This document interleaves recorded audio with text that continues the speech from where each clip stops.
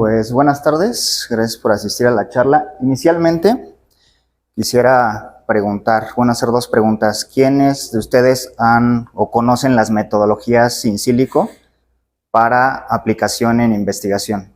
Pueden levantar la mano, ¿quién ha hecho o las conoce? ¿Y quién las ha utilizado previamente? Okay, perfecto. Entonces, bueno, en este sentido vamos a empezar la charla que es denominada Análisis in silico orientado al descubrimiento de nuevos tratamientos para diversas enfermedades. Vamos a empezar definiendo qué es el análisis in silico. Primero que nada, la palabra in silico, en comparación de las otras palabras utilizadas para representar la investigación en un punto en particular, que son in vitro, in vivo, in situ, que provienen del latín, el in silico es un término más moderno que no deriva de ninguna de ellas y está orientado hacia el análisis en silicio o representa en silicio, que el silicio es el componente principal de los transistores y procesadores de las computadoras y es por eso que se le da este nombre al análisis in silico. El término fue acuñado cerca de 1990, 1989 aproximadamente, y se le acuña a diferentes investigadores alrededor del mundo, incluyendo hay investigadores de la UNAM que cerca de esas fechas utilizaron la palabra in silico en sus experimentos. Particularmente hay un investigador en matemáticas que se doctoró en esas fechas, que también acuñó, se considera como parte de en el acuñar el término in silico. Y bueno, el análisis in silico abarca un amplio número de técnicas que se basan en el uso de computadoras y hacer experimentos dentro de ella. Suena peculiar cómo hacer experimentos dentro de una computadora, pero se basa justamente en la replicación de pequeños experimentos una alta cantidad de veces para dar cierta confiabilidad a los resultados. Y entonces en este punto tenemos el análisis in silico, que se puede utilizar dentro de la ciencia básica y dentro de la ciencia aplicada. Para la ciencia básica, que se orienta a entender y describir los fenómenos fundamentales de las ciencias biomédicas, aquí lo estoy platicando desde el punto de vista de ciencias biomédicas porque es el área a la que va enfocada la presentación. Se puede utilizar el análisis in silico para determinar o para identificar pequeñas interacciones moleculares en las proteínas, interacciones entre ligandos y proteínas, proteínas y proteínas. Entonces, solo para describir el funcionamiento básico de las proteínas en ese punto. Posteriormente se puede utilizar a ciencia aplicada, que se enfoca a los hallazgos de la ciencia básica para hacerlos aplicables a problemas comunes. En este sentido se pueden buscar diversos fármacos, diversos ligandos que puedan tener actividad dentro de una proteína, alguna proteína alterada, ya sea aumentada en su actividad o disminuida en su actividad dentro de alguna enfermedad, y en este sentido la podemos aplicar o escalar a pruebas preclínicas o pruebas clínicas que abarcan esencialmente el análisis in vitro y el análisis in vivo. Y bueno, la referencia general del término de análisis in silico, las referencias las van a poder acá encontrar en forma de DOI. Y bueno, les voy a describir las técnicas de análisis in silico utilizadas en farmacología. Tres de las más importantes, existen otras más, pero las más importantes en este momento son molecular docking o acoplamiento molecular, el virtual screening y la dinámica molecular. Primero vamos a empezar con el docking molecular o el acoplamiento. Esto surge del lenguaje de acoplamiento de docking, de acomodar como un muelleo, un barco en un muelle. Pasa lo mismo para los análisis en donde se tiene que utilizar un fármaco con una proteína. Se tiene un sitio activo y entonces es justamente este proceso de muelleo o de docking, de acoplamiento dentro de esa parte de la proteína. Y de ahí surge el término de docking. Y está utilizada para identificar las interacciones fármaco-receptor con una proteína y un ligando. Sus características, por ejemplo, en computación, utilizan los procesadores. Esto da una relativa ventaja, ya que tiene un bajo requerimiento computacional. Esta técnica en particular requiere muy baja cantidad de procesamiento en una computadora. Entonces, casi cualquier laptop o computadora la puede llevar a cabo de manera simple, sin hacer cientos o miles de repeticiones. Digo, si tienen computadoras de bajo requerimiento, va a tardar un poco más el análisis, pero se puede llevar a cabo. Los datos que proporciona son afinidad, o actualmente conocido como docking score, que es como la energía de unión o de activación del ligando con la proteína. Nos da algunos tipos de interacciones y enlaces dentro de la proteína, si son puentes de hidrógeno, interacciones de Van der Waals u otro tipo de enlaces, ligando-receptor. Las desventajas es que usa proteínas rígidas. Este análisis extrae una proteína cristalizada de una muestra y lo que hace únicamente es disminuir su energía para aflojarla un poquito y dejarla lo más parecida a cómo estaría una proteína en la célula. Sin embargo, cuando se comienza el análisis, el proceso sigue rígido, la proteína se mantiene y no hay una flexibilidad como regularmente estaría dentro de la célula. Tampoco considera agua, concentraciones de iones, no considera presión o temperatura ni pH. Sin embargo, son aproximaciones hacia un análisis y a la afinidad que podría tener una molécula con una proteína. Los sistemas operativos que se utilizan son todas las distribuciones de Linux, principalmente. Se utiliza MacOS y incluso se puede realizar en Windows. Como les comentaba, es el análisis que menos requerimiento necesita para poder llevar a cabo todo el proceso. Y los programas más utilizados, el que al menos yo recomiendo mucho es Autodoc Vina, también Discovery Studios, Surflex, y bueno, aquí está una serie de programas. Algunos de ellos son programas de open source y algunos otros son programas de paga. Y en el caso de algunos como Autodoc, se puede utilizar incluso en Windows también. Al final les voy a dar un código QR para que puedan acceder como a las ligas de todos los programas que al menos son utilizados para Linux. Por ejemplo, este es el Autodoc Tools. No se alcanza a ver muy bien por el fondo negro, pero esta es una proteína GSK3 beta, una proteína encargada de fosforilar a tau en el sistema nervioso central, en las neuronas. La fosforilación de tau regularmente da como resultado la desestructuración o el desensamble de tau del microtúbulo y posteriormente genera algunos daños. Lo que les estoy mostrando en este punto es el sitio de interacción de la proteína o el sitio catalítico. Y esto para mostrarles cómo se puede llevar a cabo un docking en dos tipos de sistemas. Un docking, aquí está invertido, este es un docking dirigido. Se utiliza principalmente cuando nosotros conocemos el sitio catalítico de la proteína. Sabemos que ahí va a interactuar el ligando, entonces hacemos una caja que le indica al programa que ese es el sitio donde va a estar interactuando la molécula para poder ver si hay efecto o no en esa parte en particular.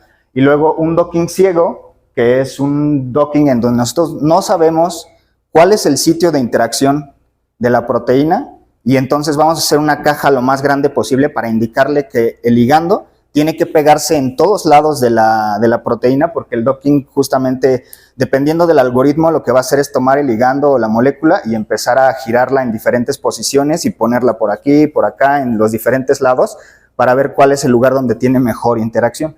Entonces, ese es un tipo de docking ciego. Evidentemente, este tipo de trabajo requiere un poquito más de carga computacional porque son muchísimas más interacciones que hacer en comparación de un docking dirigido.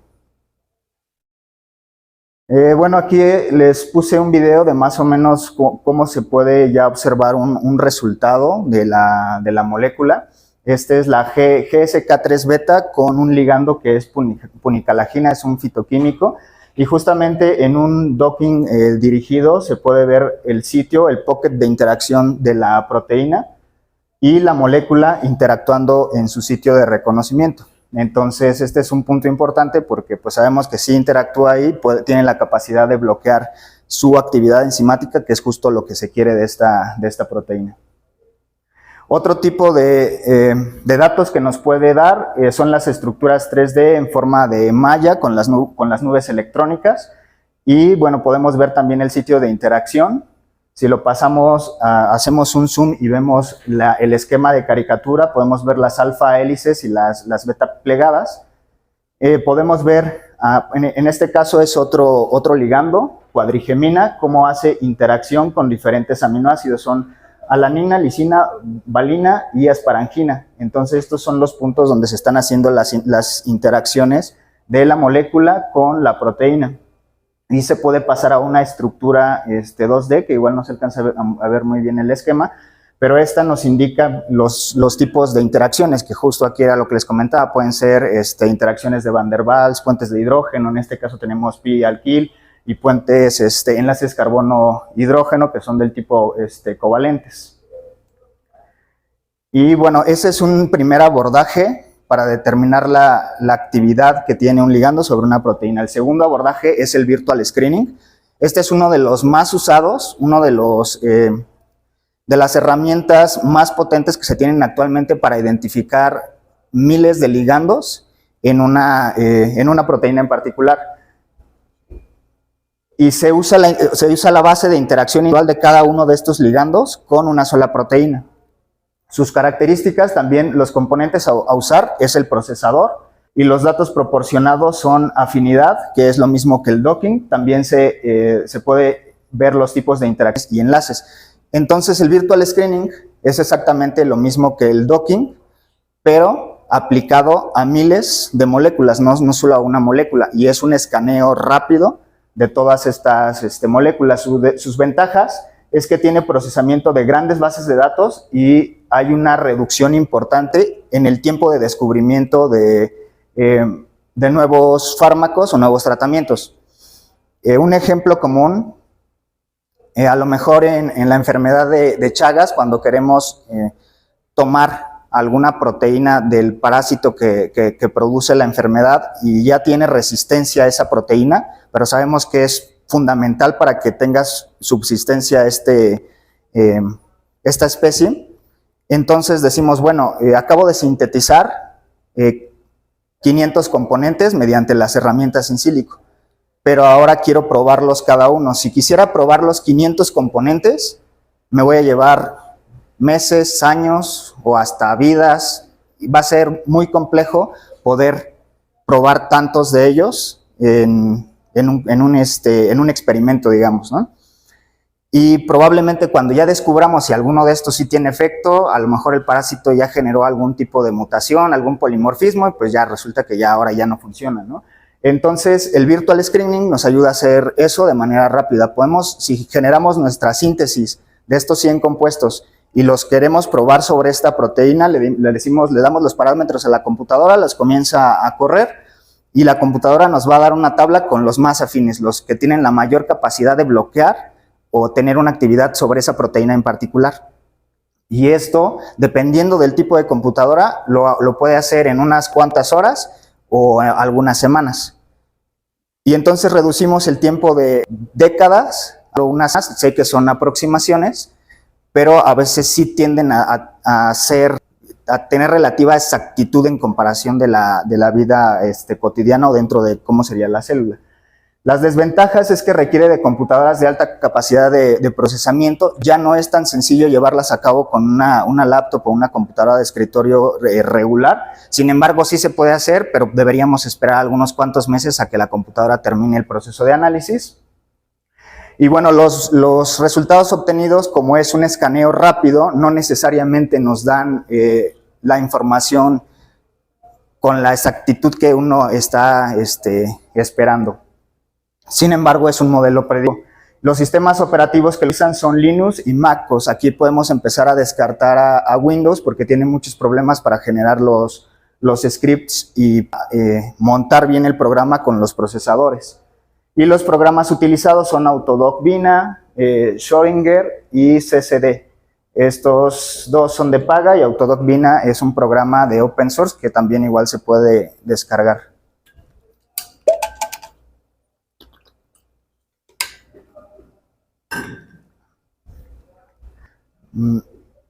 Bueno, aquí les muestro una tabla de un experimento que hice recientemente. en donde se utilizaron 2.500 compuestos para ver la actividad sobre al menos 5 proteínas diferentes. En esta no recuerdo exactamente cuál es la proteína, pero este es el tipo de datos que se pueden obtener de un virtual screening, en donde podemos ver en primer lugar al compuesto con mayor afinidad, que es el compuesto número 141, y obviamente en la tabla de desglose de los compuestos hay que ir a ver cuál es el compuesto 141 y ver sus características para entonces seleccionarlo como un probable modelo, un probable ligando para utilizarlo en los experimentos.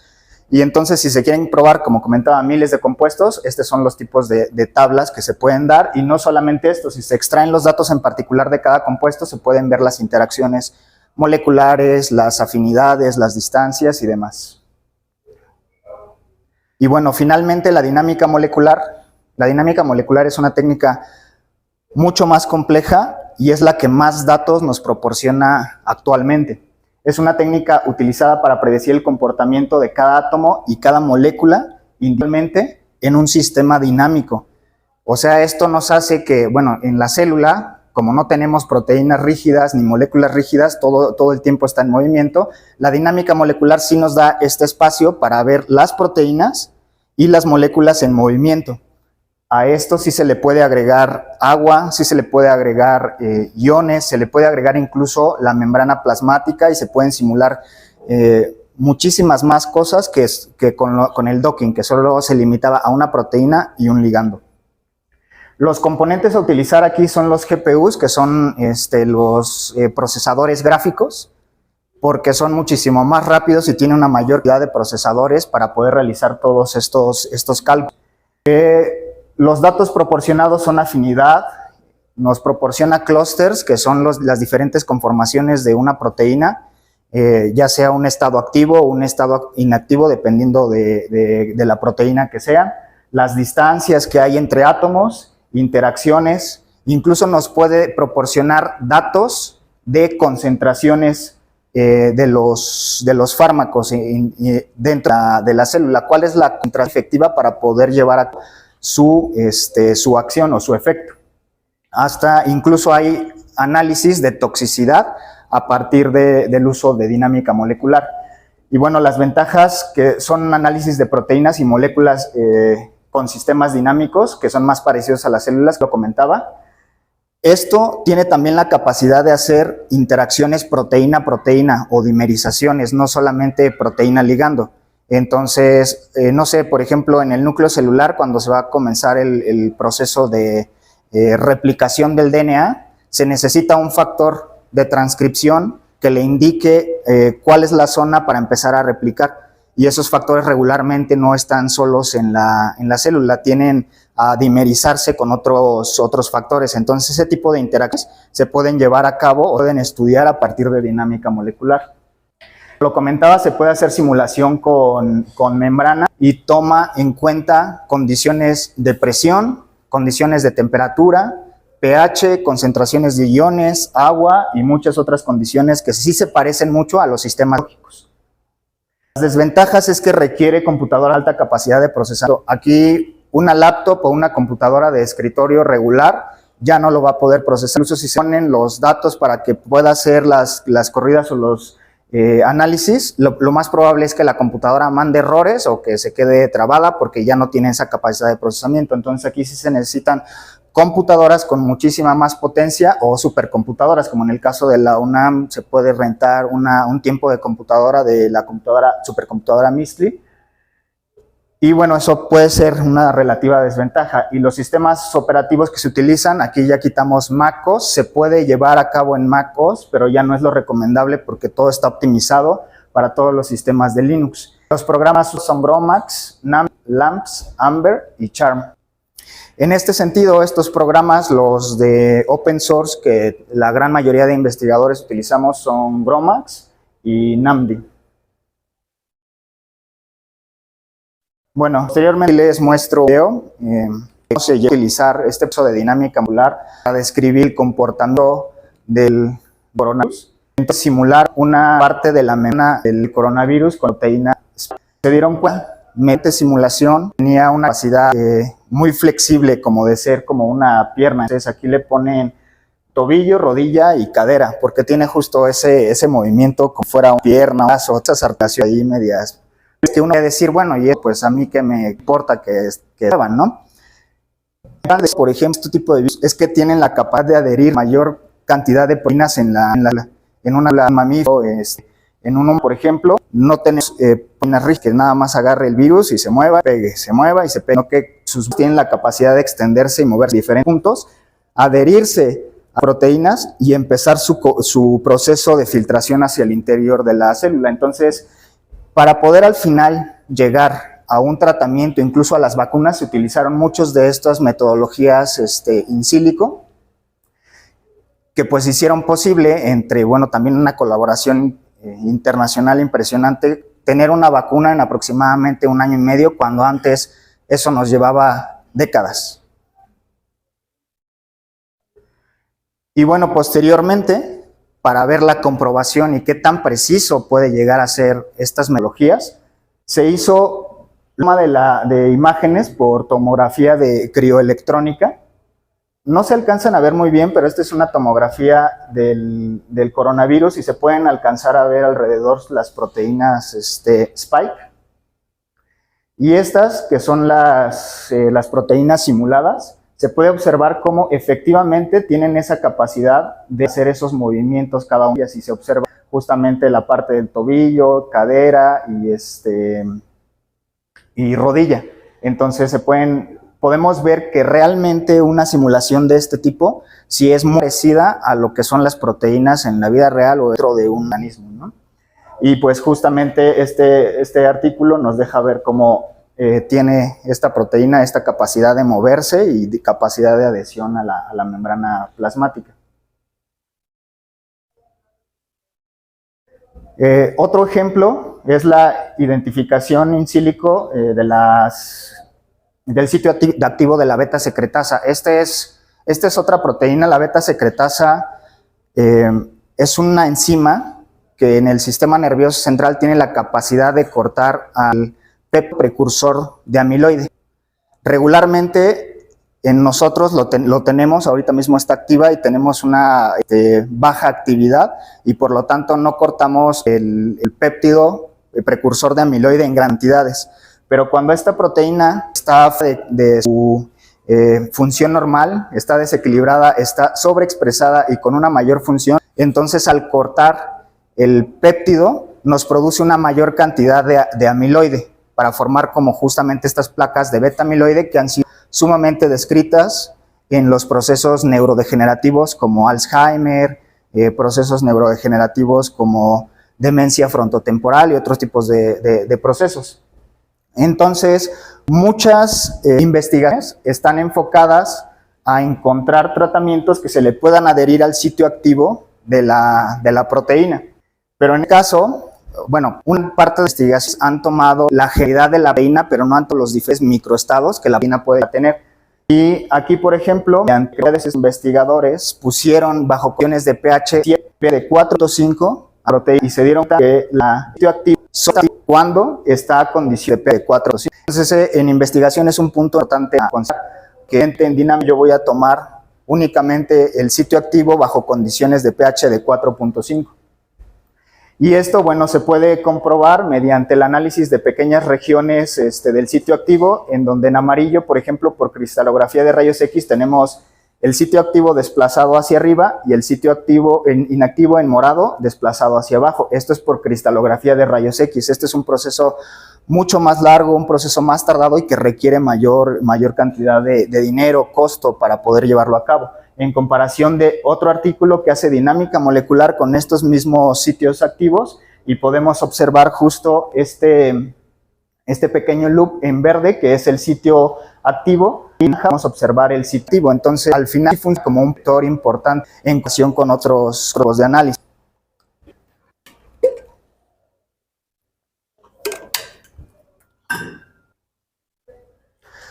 Bueno, posteriormente las bases de datos utilizadas para proteínas son UniProt, AlphaFold, Protein Data Bank e Interpro. Estas son algunas de las más utilizadas que también son de relativa sencillez para poder descargar las proteínas o acceder a sus estructuras y demás.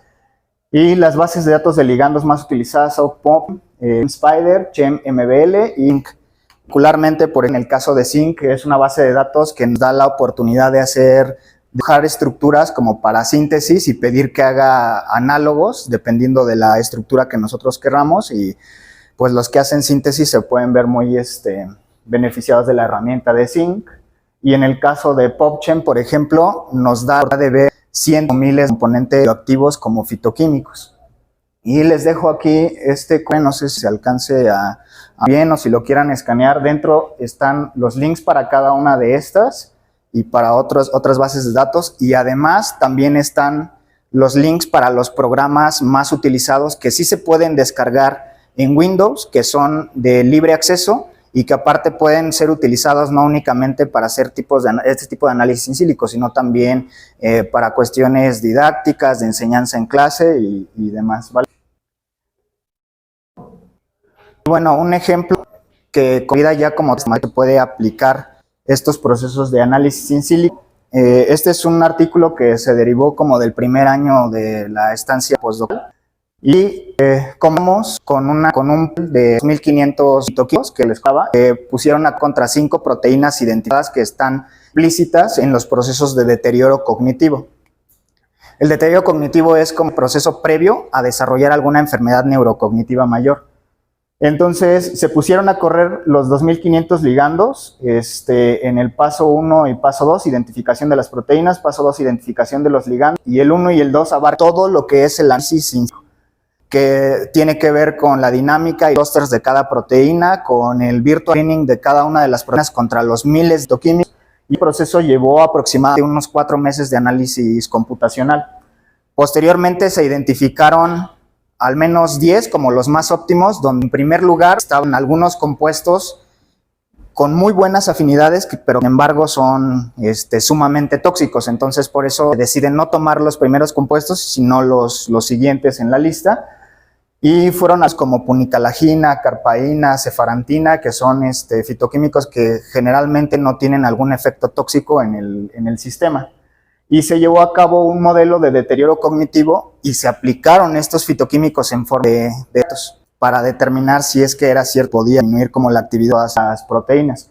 El modelo de deterioro cognitivo se dio en ratas con un neurotóxico para poder llevarlo a ese proceso de daño neuronal, y posteriormente se les aplicaron los fitoquímicos por 20 días. Y al terminar las acciones de los 20 días, se evaluaron las pruebas conductuales. Se observó, por ejemplo, en una prueba que es de reconocimiento de objeto, que los animales que tenían los fitoquímicos tenían mayor capacidad de preparar la memoria a corto plazo o la memoria de reconocimiento, en comparación con los animales que tenían daño. Incluso superó, lo cual es curioso, superó a los controles en cuanto a capacidad de reconocimiento de los nuevos objetos o de retención de la memoria a corto plazo. Y ya finalmente, para comprobar, porque bueno, hay muchísimos más análisis que faltan hacer, pero uno de los principales, mediante pruebas histológicas, que bueno, pues no se alcanza a ver muy bien igual por la luz, se utilizó GFAP, que es un marcador de inflamación en el sistema nervioso central. Regularmente tenemos unos niveles basales, y cuando tenemos una mayor cantidad de GFAP o un incremento de glia en el sistema nervioso central, promueve la inflamación neuronal y la inflamación en el sistema nervioso central, también neurodegeneración y otros procesos.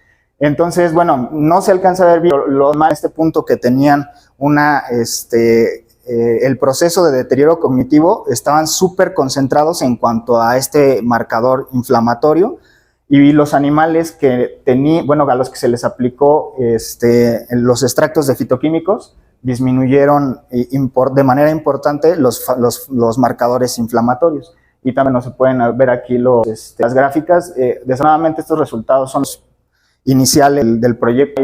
Significancia estadística, pero con la N y cambio en los marcadores moleculares nos puede más o menos ir guiando por cómo van estos procesos. Entonces, este ejemplo claro de cómo podemos llevar el análisis in silico a un modelo preclínico y comprobar que efectivamente sí está funcionando todos estos procesos computacionales y sí son predictivos que podría pasar en un organismo, ya sea una célula, ya sea un tejido o algún animal o incluso en los humanos cuando ya se escala las pruebas clínicas.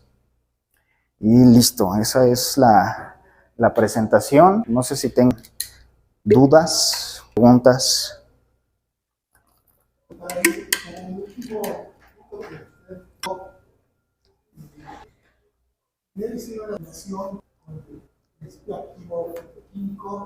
Ajá.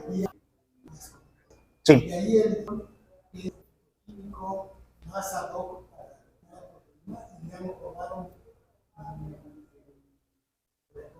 Sí. Sí, esa fue la vía. Por ejemplo, una de las proteínas que ya plata, beta secretasa, en periodo cognitivo está aumentada y queremos bloquearla.